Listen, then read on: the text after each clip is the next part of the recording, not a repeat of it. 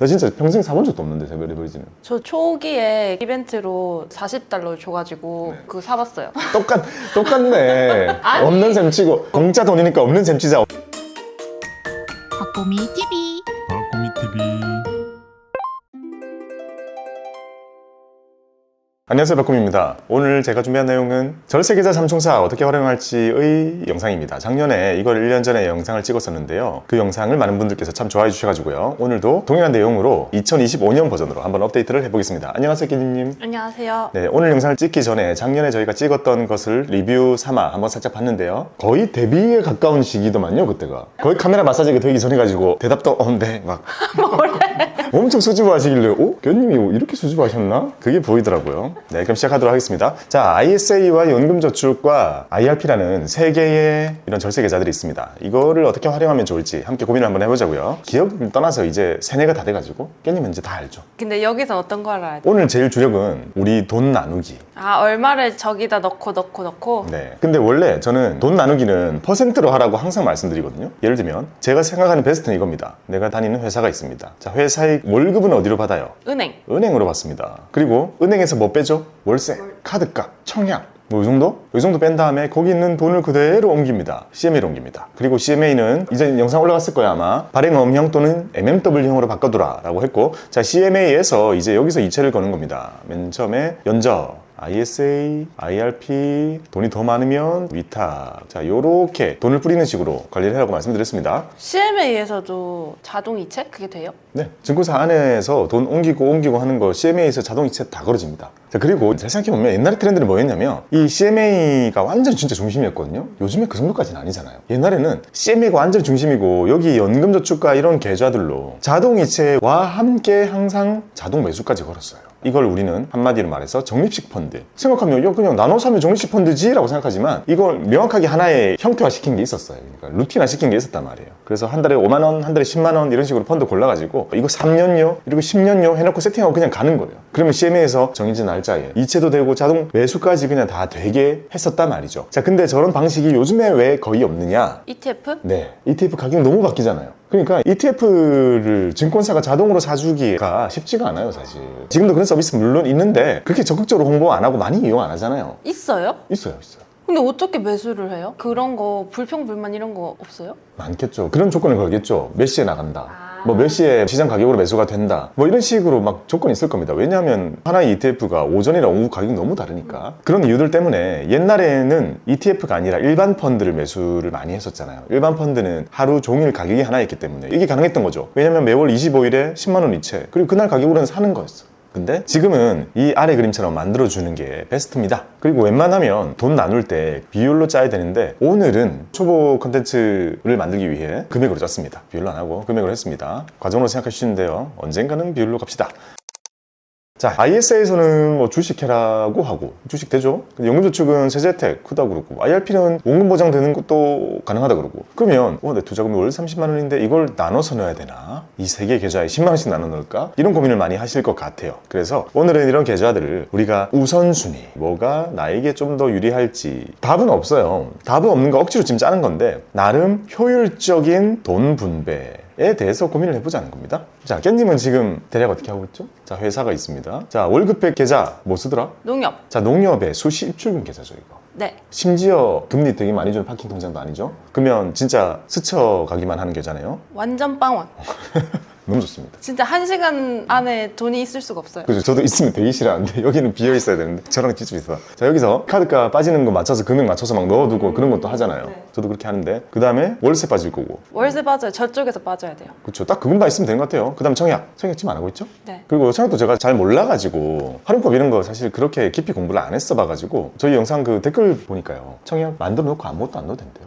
진짜요? 2만 원 안 넣어도 됐고 나중에 필요할 때 한 번에 넣고 소급 이렇게 된다는 거. 맞아요. 근데 이제 저는 그렇게 생각 들어요. 그렇게 할 수도 있지만 2만 원씩 정도 넣는 거는 티끌 모아 대산 느낌이 좀 있잖아요. 그러니까 다랑비에 옷 젖듯이 모으는 거는 괜찮지 않을까. 왜냐면요, 결국 청약통장을 우리가 언젠가 쓰려고 하더라도 얼마더라, 뭐 600만 원인가 돈이 있기는 있어야 돼요. 청약 넣으려면 서울 지역인가. 그러려면 어쨌든 그때 가서 600을 채우긴 해야 된단 말이에요. 그때 가서 채울 바에 그때까지 2만 원씩 넣다 보면 어차피 600은 안 될 거 아니에요. 그러니까 그 정도는 채워두면 좋지 않을까라는 생각했습니다. 왜냐하면 소득공제 해주니까. 소득공제 받는 건 조금 도움이 되겠죠. 자, 이렇게 농협에서 받고 그 다음에 일단 CMA. CMA 어디 쓰죠? 나무요. NH에 CMA를 쓰고 있습니다. 발행업형이죠, 당연히. 네, 그쵸. 이번에 길 갈 때 MMW 좀 바꿔야겠네요. 근데 저런 증권사가 잘 없지 않아요? 오프라인으로?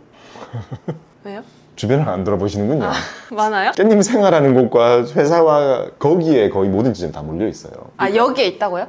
아, 이 동네에 있다고? 강남에 다 몰려 있어요. 심지어 완전 중심에서 중심으로 깻님 왔다 갔다 할 거 아니에요. 거기에 너무 몰려 있다는 게 문제예요. 아, 퍼져 있지 않고. 지점이 제가 예전에 입사할 때까지만 해도 지방에 막 100개씩 있었거든요. 다 큰 증권사들이 많이 없었습니다. 그러니까 오히려 그 질문은 지방에 살면 약간 제가 어떡하지? 라는 생각이 드는 부분인 거죠. MMW 바꾸려면 지점 가야 되니까 한번. 그래서 NH 발행어명 MMW형으로 한번 바꿔주시고요. 검색하면 근처 몇 개 나올 겁니다. 그 다음에 여기서 ISA, 연저, IRP는 없습니다. 이제 IRP는 없으니까 위탁 계좌가 하나 있긴 있잖아요, 그죠? 맞아요. 저 위탁에서 주식하는데요? ISA는 배당주 남았고? ISA 한도 남아 도는 거 아니에요, 그러면? 아니요? 그럼 괜찮아요. 아, 깜짝 놀랐네. 순간 이런 생각 들 뻔했어요. 야, 옆에 있는 사람도 못 챙기면서 이게 무슨 컨텐츠냐? 라고 생각이 들 뻔했습니다. 다행입니다. 자, 시작해볼게요. 자, 투자금이 10만 원이라면 어떤 경우에 투자금이 10만 원일까요? 대학생? 또는 제가 생각했을 때 투자가 너무 어렵다고 생각하는 사람, 무섭다고 생각하는 사람. 극초심자. 완전. 근데 해보기는 해야겠다라는 생각이 드는 사람. 거의 정찰병 보내는 거죠. 그러면 네 말대로 내가 ISA를 열어가지고 10만 원 딱 넣어서 1년에 한 번 딱 해볼게. 그러면 한 100만 원 들어가는 거니까 작지 않은 돈이지. 그리고 내가 투자에 대해서 할지 말지 결정을 하겠다. 이런 식으로 10만 원을 저축을 한다면 어떻게 하는 게 좋을까요? 자, 제 생각은 이렇습니다. ISA만으로 충분하다. 자, 10만 원인데 무슨 연금이냐? 그리고 10만 원이면 지금 대학생 또는 초년생인데 어쩔 수 없이 객지에 나와가지고 자취를 하면서 회사를 다녀야 되는 상황. 여유 자금이 좀 넉넉하지 않은 사람. 네. 그럴 경우에도 어쨌든 초년생이라는 가정은 얼추 맞을 것 같으니까, 자, 대학생이나 초년생이라면 세액공제가 필요 없어요. 또 지금 느껴보잖아요. 이게 거의 한 2, 3년 될 때까지 웬만해서는 연금저축 안 해도 연말정산이 뱉어내거나 할 것 같지는 않거든요. 그래서 지금 가장 중요한 것은 경험이라고 생각합니다. 과연 내가 꾸준하게 적립식으로 ETF를 투자했을 때 또는 주식을 투자했을 때 1년 뒤에 나에게 어떠한 변화가 일어날지, 경험이 사실 가장 값지다고 생각해요. 이거 어차피 수익 납세 얼마 안 될 거고 그 수익보다 큰 것은 경험이라는 가치겠죠. 그래서 ISA에다가 이렇게 10만 원 넣어가지고요, 그걸로 명확하게 노선을 정해야 됩니다. 나는 여기에 뭘 사보는 게 좋겠어요? 10만 원이면 이제 해본 사람 입장에서 시작하는 사람은 많을 거 아니에요. 이런 근데 식으로. 진짜 신기하게 제가 이걸 주변에 막 알렸단 말이에요. 이런 안전하게 투자를 하는 법? 근데 주변 사람들이 금이랑 채권에 그렇게 관심을 갖더라고요. 사실 저 입장에서는 금이나 채권이나 거기서 거긴데 그거를 반반씩 하고 싶다라고 하더라고요. 그래서 솔직히 채권 안전하니까 당연히 괜찮고, 금도 제가 말은 했거든요. 지금 높은 상황이고 올라갈 수도 있고 떨어질 수도 있고 알 수 없다. 하지만 모아가도 나는 괜찮을 것 같다 이렇게 말하니까 그렇게 잘 모으더라고요. 진짜 작은 금액으로. 주식을 그래도 아예 배제하고, 그렇죠, 그런 분들도 많죠. 자, 그럴 경우에는 어떻게 해주면 되겠어요? 금은 제일 좋은 거. ETF. 근데 여기서 어차피 ETF 사야 되면 에이스죠. 에이스, KRX, 금현물. 이게 금현물을 담고 있는 ETF이지만 그래도 여기서 하는 것 중에서는 여기가 제일 괜찮고요. 그 다음에 채권 할 거면 국고채? 제 생각에 제일 기본값은 국고채 3년물. 제일 유명한 거는 키움. 제가 많이 말씀드립니다. 키움, 국고채, 3년물. 그리고 또 하나의 보기를 더 드리자면 종합채권. 저 여기서 종합채권이 좀 좋은 것 같아요. 이번에 올라간 거. 네, 진짜 인기 없거든요. 혼자 하는 것 같아. 아무도 관심 없고. 내용 보니까 좋던데? 저는 괜찮더라고요. 왜냐면 키움 국고채 3년물만 사놓으면 약간 아쉽잖아요. 근데 이제 그거를 좀 없앨 수 있는 좋은 채권인 것 같습니다. 그러니까 보면서도 야, 이거를 다른 사람들이 샀을 때 또는 구독자분들이 샀을 때, 아직 초심자분들이 혹시 제 영상 보고 채권 ETF를 샀을 때 마음이 편안한 거예요. 종합채권에 든 거 열어봐요. 진짜 마음 편하잖아요. 근데 이제 그동안 30년짜리 채권이나 아니면 달러 노출 많이 돼 있는 채권이나 더 나아가서 뭐 브라질 채권이나 미국 채권이나 심지어 엔화 노출 미국 채권 사는 거, 그런 거 전부 다는 상당히 투자성이 있죠. 채권 투자 영역에서만 보더라도 우리 만들어 놓고도 지금 느낄 때 그렇잖아요. 이거는 확률은 높지만 진짜 어떻게 될지 모르겠다라잖아요. 근데 이거 종합채권 이런 데 무슨 일이 생기겠어요? 그러니까 정말 맘 편하게 할 수 있는 거는 키움 국고채 3년물과 종합채권 ETF, 이렇게 좋은 것 같습니다. 이렇게 한번 해줘요. 근데 지금 투자에 입문을 할까 말까 고민하는 초심자라 치면은 저런 식으로 안전자산 위주로 이렇게 투자를 해가는 것도 괜찮아요? 어쩔 수 없죠. 그게 왜 그런지 모르겠는데요. 주식으로 먼저 시작하는 사람이랑 그렇게 안전자산으로 시작하는 사람이랑 조금 나뉘는 것 같아요. 성향이? 네, 결국에는 다 하게 될 텐데 보통 주식 입문자가 제일 많은 것 같고, 그리고 앞으로도 많을 건데 그 순간에도 휘둘리지 않고 투자 안 하시는 분들은 안전자산으로 시작하는 방법밖에 없는 것 같아요. 근데 이게 사연이 있어요. 코로나 때 들어왔다가 물려서 저렇게 된 거예요. 그래서 이제 투자를 해야 되는 건 알겠는데 자기가 물리고 막 이런 게 무서우니까 이왕 할 거면 이렇게 하고 싶다 이러더라고요.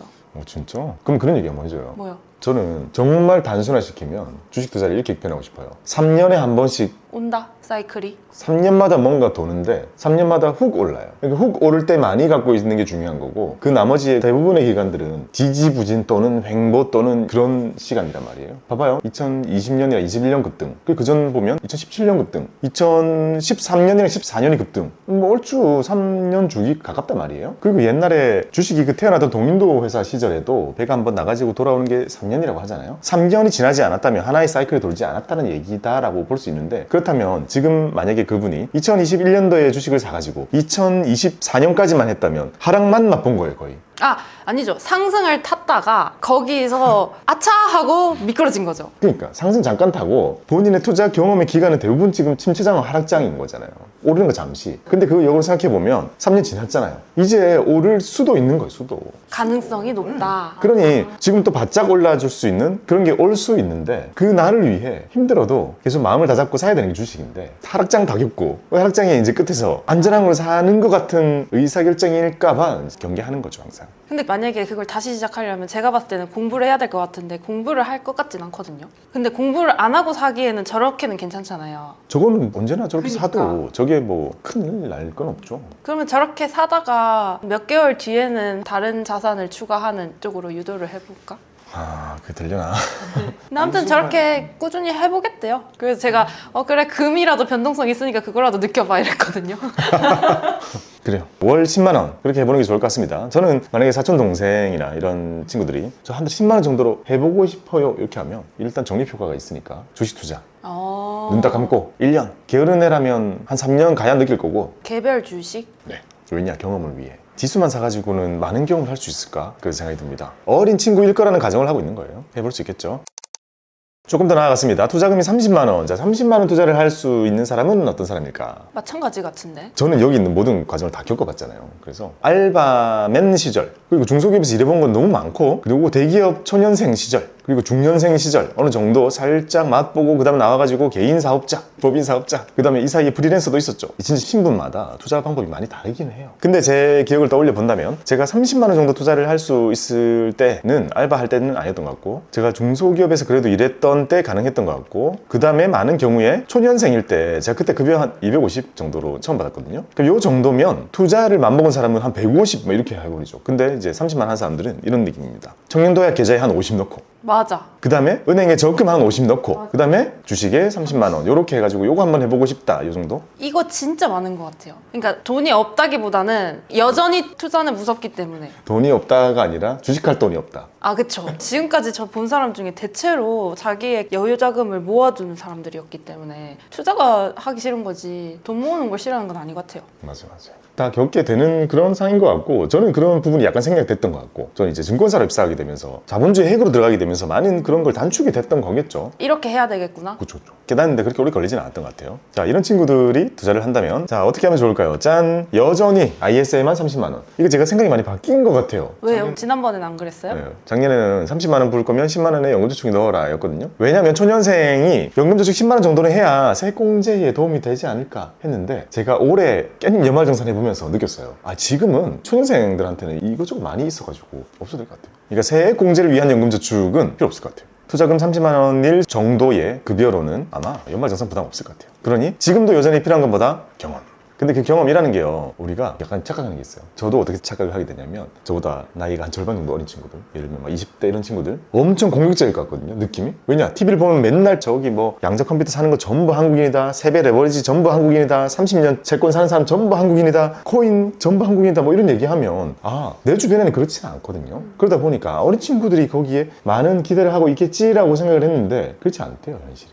그러면요? 되게 골고루 있대, 골고루. 그래서 회사의 인사 담당자분들한테 제가 물어봐도 신입사원들이 진짜 보수적인 친구들이 진짜 많대요. 본인의 성향 자체가 절대 잃지 않으려고 하는, 경계하는 마인드가 진짜 강하다고 하더라고요. 그래서 아니, 신입사원들 어렸을 때더 그렇다고요? 그렇다고 얘기하더라고요. 그래서 투자하는 친구들 자체가 많아졌기 때문에 어떤 투자 유형이든 다 많아진 거였어. 저는 이제 그런 가정을 계속 하고 있었는데 그렇지는 않더라. 라는 얘기를 해봅니다. 자, 그렇다면 초년생이 30만 원 정도를 부어가지고 1년, 2년, 3년 이렇게 돈을 부어가면서 투자를 할 때 어떤 경험을 하는 것이 좋을까? 저는 여기서 자산 배분의 경험이나 또는 배당 투자에 대한 경험이나 또는 심지어 안전자산, 방금 나온 것처럼 채권금 같은 것만 하는 경험이나 아니면 ETF 같은 걸 해서 미국 ETF 사는 그런 경험이나 또는 가치 투자를 공부해서 해보는 경험이나 뭐든 괜찮지 않을까 싶어요. 월 30을 적립식으로 한다면 본인에게는 많이 크고 부담 돈일 수는 있으나 정말 냉정하게 얘기해서 급여 200 이상, 300 정도를 받는 사람이 다른 투자 지금 이것저것 다 하고 30만 원 떼서 하는 게 그 어떤 투자를 하더라도 3년 동안 모으면 저게 한 돈 1,000만 원 되는 거잖아요. 돈 1,000만 원이 정말 큰 손실을 이뤄가지고 막 절반이 되더라도 마이너스 500인 거 아니에요. 괜찮다고 봅니다, 저는. 냉정하게. 3년에 500만 원 정도의 손실? 정말 슬프고 힘들겠지만 많은 걸 배울 수 있겠죠. 그래서 제가 내린 결론은 뭘 해도 되지 않을까. 그러니까 우리는 알잖아요. 적립식 효과가 얼마나 강한지. 근데 그 적립이라는 게 한 달에 지금 월급 다 떼가지고 200씩 붙겠다 이게 아니잖아 아직. 그러니까 30씩 붙는다는 건 어쨌든 계속 떼서 붙는 거니까. 그렇다면 본인이 하고 싶은 건 다 해도 되지 않나. 조금 더 그렇게 마음이 좀 열리는 것 같습니다. 근데 꼭 IS에서 해야 되는 이유가 있어요? 뺄 수 있는 장점이 있어서? 그렇죠. 초년생이 30만 원씩 부어가지고 3년만 부어도 돈 1,000만 원이잖아요. 저 돈은 반드시 출금이 필요할 겁니다. 쓸 일 있을 거니까. 그런 걸 고려해서 넣은 거구나. 네. IRP는 돈이 들어가는 순간 잠긴다고 보면 되고, 자, 연금저축은 현금화가 가능하지만 세금을 떼죠. 세금을 떼고, 그러니까 로스가 여기서 생기게 되잖아요. 근데 얘는 사실상 원금 출금이 다 되는 계좌에다가 세제대까지 장점이 더 있으니까 ISA가 그런 부분에서는 사실 완전히 압도합니다. 이런 투자 마음껏 해보시기 바랍니다. 자, 자산 배분 한다면 뭐 하면 돼요? 미국대사로 해서 ETF 사보거나, 연구포트 해가지고 ETF 사보거나, 아니면 자산 배분 되어 있는 TDF를 쭉 모아보거나, 이런 거 해보면 될 것 같고요. 자, 배당주를 산다, 미국 배당 다우존스 사보거나, 아니면 플러스 고배당주 사보거나, 그 다음에 안전자산 사본다면 방금 말씀드린 것처럼 종합채권 ETF를 사보거나, 금현물 ETF 사보고, 그 다음 ETF 투자 해본다면 내가 좋아하는 반도체, AI, 음식료, 방산, 화장품, 바이오 다양합니다. 그런 ETF 골라가지고 그 산업의 ETF 사보거나, 마지막으로 가치 투자, 나는 이 기업이 괜찮은 것 같아. 그 기업의 주식 ISA는 개별주식 되니까 걔만 3년 쭉 모으고, 자, 어떤 일이 생기는지 테스트 해보자 라는 투자를 해보거나, 제가 생각하는 5개 좋은 보기들이 너무나 최적인 것 같습니다. 심플하죠. 근데 깻님도 누군가 이렇게 한다 그러면 그렇게 조언해줄 것 같지 않아요, 이제? 왜냐면 그 사람이 어떤 취향일지 모르겠어. 그리고 제가 최근에 친구 만났는데 다들 하는 말이 ISA는 만들라 해서 일단 만들었는데? 이 소리를 진짜 많이 해요. 그냥 ISA는 꼭 만들라 해서 일단 만들었는데 너무 어려워가지고 뭘 해야 될지 도저히 모르겠어서 이번에 그 한투 이벤트 하는 거 말해줬거든요. 절반은 RP 사고 특판 RP 사고. 절반은 ETF 사라고. 잘했어요. 근데 광고지만 진짜 좋지 않아요, 그거? 아니 진짜 진심으로 너무 좋아서 말해줬어요. 그랬더니 맨 처음에는 그게 뭐야? 이렇게 했는데 수익률 이렇게 말해주고 세금 혜택 있는 거 말해주고 이렇게 딱 하니까 바로 인지해서 하더라고요. 맞아. 그렇게 좀 많이 정해줘야 돼, 처음에는. 원래 그런 거 있잖아요. 근해 공식을 구하고자 하는 바를 이렇게 적어놓고 풀어도 근해 공식 금방 만들어지거든요. 근데 이 과정을 모르는 사람에게 우리가 제일 처음에 하는 거는 근해 공식을 외워라 하는 거죠. 그냥 ABC 집어넣으면 답이 나와. 그러니까 생각보다 많이 정해가지고 이렇게 줘야 되는 거죠, 처음에는. 자, 그런 면에서는 그런 거 너무 좋죠. 야, 그냥 ISA 터. 그리고 돈을 넣어. 절반은 특판 RP를 사. 절반은 ETF를 사. 아무것도 모르겠어? 그럼 그냥 TDF 사. 미국 배당 다우존스 사. 그리고 기다려. 이렇게 뭐든 정해주고, 그걸 끄집어내는 건 약간 점쟁이처럼 얘기를 좀 해보는 거예요. 그래, 너는 나중에 어떻게 하고 싶어? 주식 투자를 해보고 싶어? 기업에 좀 관심 있어? 뭐 예를 들면 일하고 있는 회사가 상장사이기만 해도 주식에 관심 생기거든요. 그러면 너는 언젠가는 주식 좀 하랬구나. 그러면 주식을 해봐. 뭐 이런 게 상담사의 역할이죠. 잘하고 있습니다. 근데 진짜 깜짝 놀랐어요. 맨 처음에 IS를 만들었대요. 그래서 보자 하고 봤는데 3배 레버리지가 있는 거예요. 진짜? 그게 사기 더 어렵잖아요. 이거 왜 샀냐니까 모르겠대요. 그래 너무 놀래서 너의 성향이 미국이야? 이렇게 하니까 들어보니까 또 그건 아니에요. 그래가지고 이제 RP와 ETF를 처방해줬거든요. 아니 어디서 듣는 거지? 모르겠어요 진짜. 나 한 번도 얘기한 적 없는데 저는. 당연히 많은 데서 얘기를 하시겠지만 제 주변에서도요. 지인들도 다 현업에 있어야지. 자주 만날 거 아니에요. 만나도 그 누구도 세배 레버리지를 하고 있진 않아. 현업에 있는 친구들도. 고객들은 뭐 하겠죠. 근데 우리는 알고 있죠. 야, 그거 해가지고 독에 걸린 하다가 이거 5번 맞춰 한 번 틀리면 다 잃는 거예요. 왜냐면 투자금을 제한해놓고 하지 않거나 그렇잖아요. 그러니까 맞춰. 근데 그 돈 그대로 투자하기 때문에 한 번 틀리면 다 잃거든요. 그러니까 우리는 안 한단 말이에요. 투자라는 것은 우리가 이게 위아래 비대칭성을 이용해야 되잖아요. 잃을 가능성은 아주 예측 가능하고 줄이 돼. 위로는 무한히 열려있고 계속 늘리기 위한 그걸 찾아가는 과정인데 그 세배 레버리지 가면 위로도 이만큼 열려있고 밑으로도 이만큼 열려있잖아요. 그러니까 그 리스키한 거를 생각을 잘 안 한단 말이에요. 근데 너무 쉽게 매수를 했다던데요? 그러니까 그걸 어디서 듣고 어떻게 매수하는 건 나 너무 신기해서 그래요. 안 됩니다. 그런 사면 안 됩니다. 자, 우리의 역할 잘하고 있습니다. 깻님이 상담사로서 지금 잘 키워져 가고 있고 더 노력해 봅시다. 제가 항상 말씀드리는 건 이런 거죠. 세배 레버리지도 좋아요. 명확한 거기에 대한 철학을 가지고 있다면. 투자라는 건 제일 안전한 건 뭐겠어요? 국채죠. 국채부터 가장 위험한 걸로 나열했을 때 제일 끝에 거의 세배 레버리지 ETF와 그리고 주식이 있는 거죠. 근데 주식도 종류가 얼마나 많아요. 근데 이렇게 쭉 넣고 봤을 때 우리는 이 사이에 있는 이 수많은 것들을 놓치고 있는 게 아닌가, 그런 생각을 하는 것 같아요. 지킬 거면 확실히 지키고, 잃을 거면 없는 셈 치고 질러야 한다, 이런 약간 마인드가 있는 것 같아서 저는 이 사이에 있는 보기들을 말씀드리고 싶은 거예요. 오, 멘트 괜찮은데?